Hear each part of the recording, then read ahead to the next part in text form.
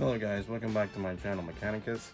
So before you watch the video and the first video, you'll see that I didn't finish recording it when the bolt snapped, but this is what happened. The bolt snapped. I wasn't expecting the bolts to be rusty. The bolt snapped, and pretty much what had happened was I stopped filming because I couldn't film anymore. I'm making too much noise, and I can go get cutting wheels and stuff and make noise at 7, 8 o'clock in the morning to disturb my neighbors. I wasn't going to try and do that just to get the car done. Plus, I wasn't going to go rush it and put mixed match bolts that weren't made for that suspension with low tensile strength.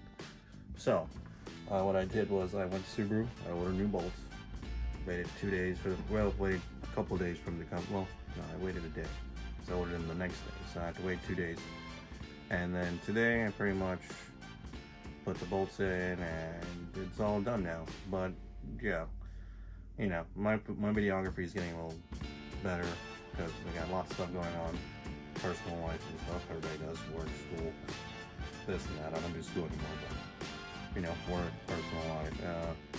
Yeah, so it's like, you know, I was getting a little burnt out, so I just stopped filming and didn't finish and give an explanation of why I had to get new bolts and stuff. Plus, you know,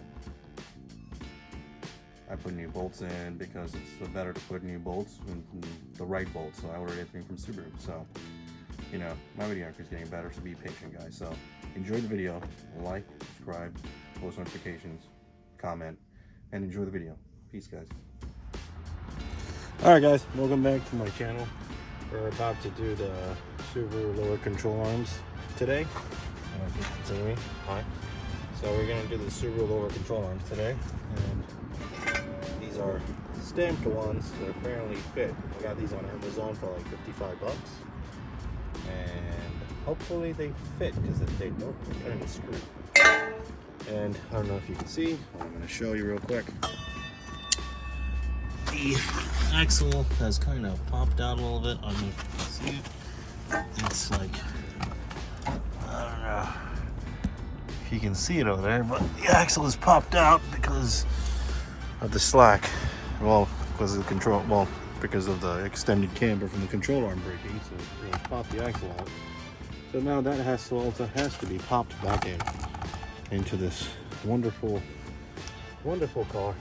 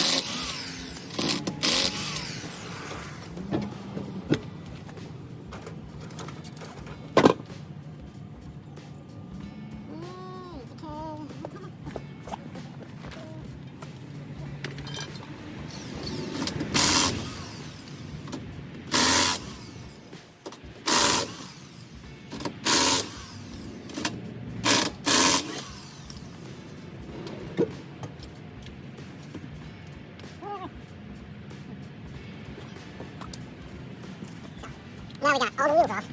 I'm going to take the control arms off next, and then we'll go back. So, we have now used my angle grinder, which is like a godsend of tools, and I have stuck the angle grinder in between the subframe and the hind joint and cut the bolt off for the most part. I'm gonna say something. I'm gonna tell you something. These fucking bolts just... Yeah! Where's the hammer? Hammer. Okay. My phone's a little shot right now, but yes, I have cut the hind joint in between these two. So technically this... That's what you get. Piece of crap. Oh, look at all that rust. So this is what you get when you put hind joints and you live on the East Coast where there's salt everywhere. They seize up. Literally, the bolts seize, the hind joints seize.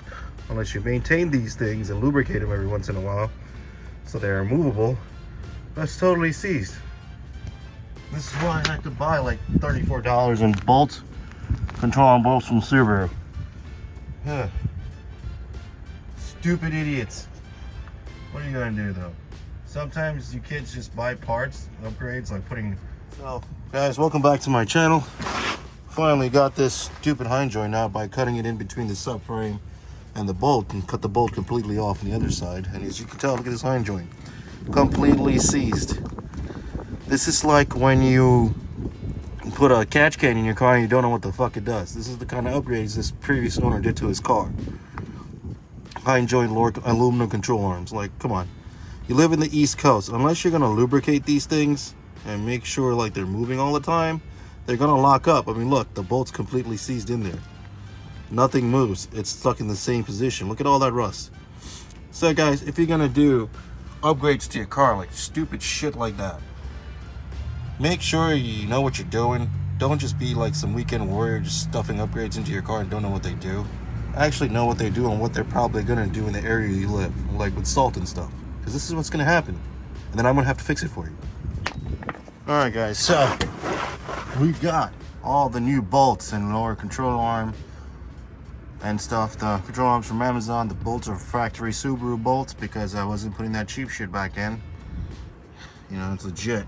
So if you cannot, I would suggest when you put in bolts on any suspension part, you put it from the front going in through the and exiting through the back, because that is how I was taught. Because if you accidentally leave a bolt loose, the bolt will not walk out of the suspension. Like, it won't come out of the control arm, it won't come out of the strut, because the car's momentum, like moving momentum, is going forward. So the momentum of going forward will push the bolt backwards.